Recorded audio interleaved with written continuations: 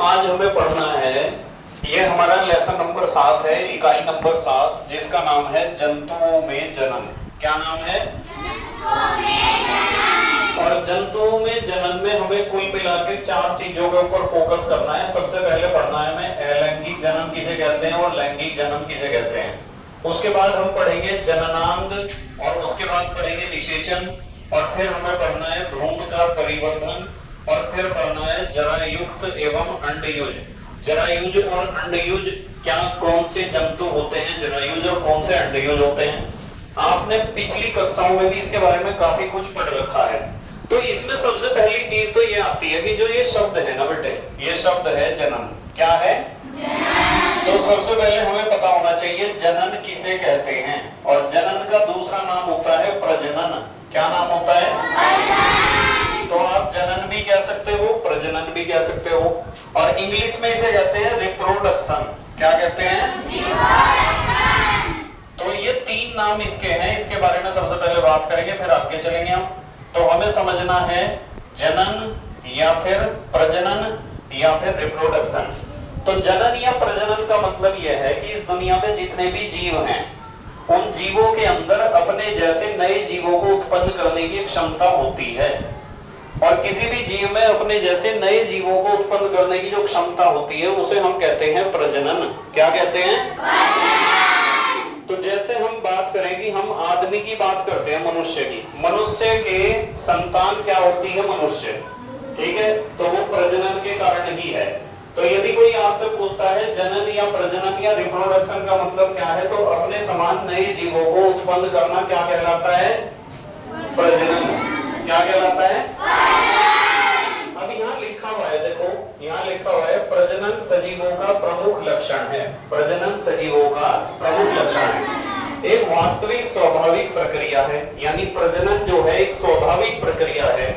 अपनी प्रजाति का अस्तित्व बनाए रखने के लिए प्रत्येक जीव अपने जैसे जीव की उत्पत्ति करता है।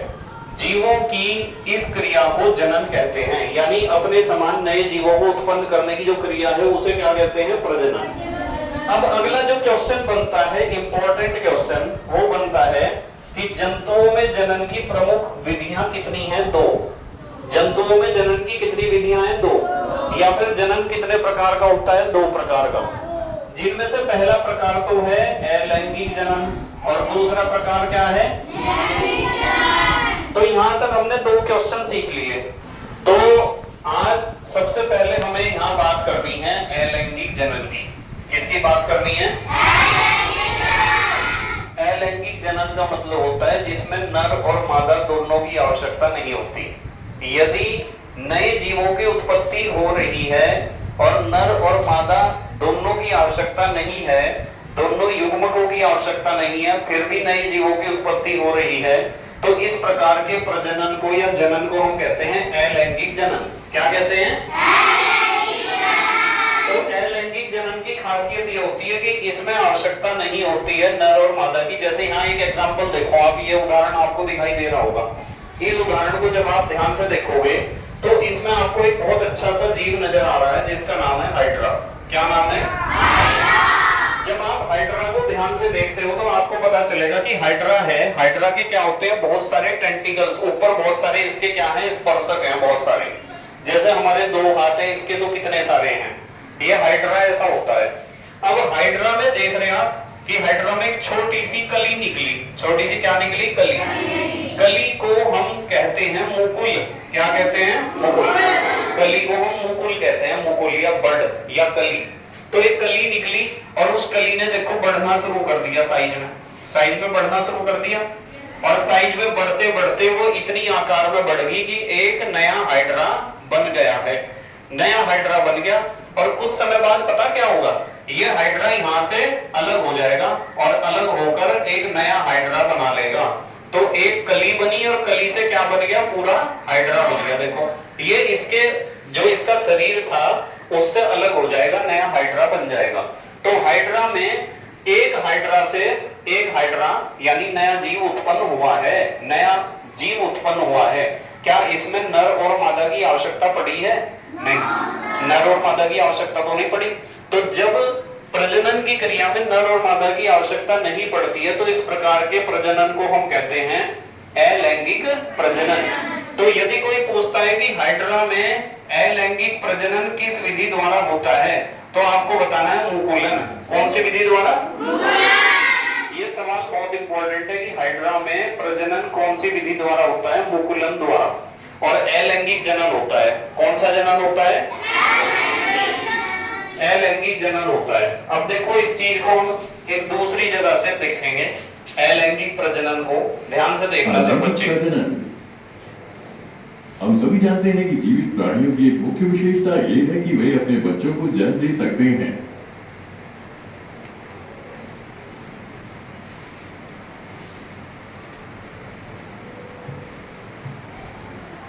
देखो यहाँ हमें देखने को मिल रहा है, प्रक्रिया को प्रजनन के नाम से जाना जाता है। ये प्रजनन की वजह से संतान उत्पन्न हो रही। आप देख रहे कि यहाँ क्या है, यहाँ हमारे पास ये मनुष्य है, तो मनुष्य की संतान क्या है? मनुष्य। मनुष्य की संतान क्या है? मनुष्य की संतान क्या है? मनुष्य। ठीक है। इसी तरीके से आप देख रहे इसे बंदर को, चिंपैंजी को, बंदर या चिंपैंजी जो भी है, इसकी संतान क्या है? बंदर ही है। तो बंदर की संतान बंदर है, ये भी प्रजनन के कारण है ना। इसी प्रकार यहाँ एक जीव को आप देख रहे हैं जिसे कहते हैं, क्या कहते हैं? कीवी। इसकी संतान जो है इसके जैसी है। तो कोई भी जीव अपने जैसे नए जीवों को जब उत्पन्न करता है तो इस घटना को हम क्या कहते हैं? प्रजनन। क्या कहते हैं? प्रजनन। आगे देखो, प्रजनन दो प्रकार के होते हैं।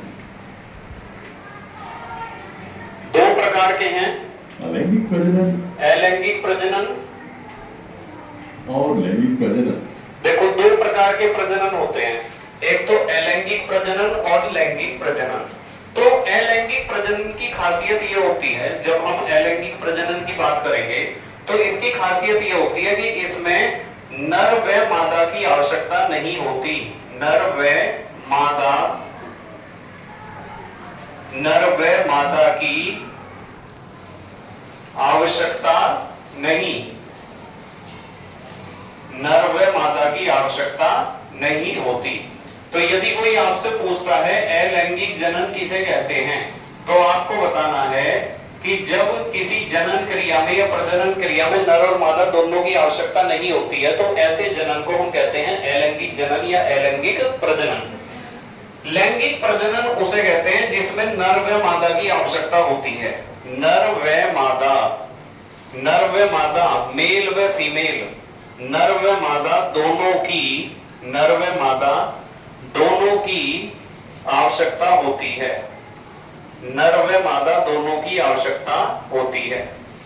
यदि प्रजनन की क्रिया में नर व मादा दोनों की आवश्यकता होती है, दोनों युग्मकों के मिलने से नए जीव की उत्पत्ति होती है, तो इस प्रकार के प्रजनन को हम क्या कहते हैं? लैंगिक प्रजनन। क्या कहते हैं? लैंगिक प्रजनन।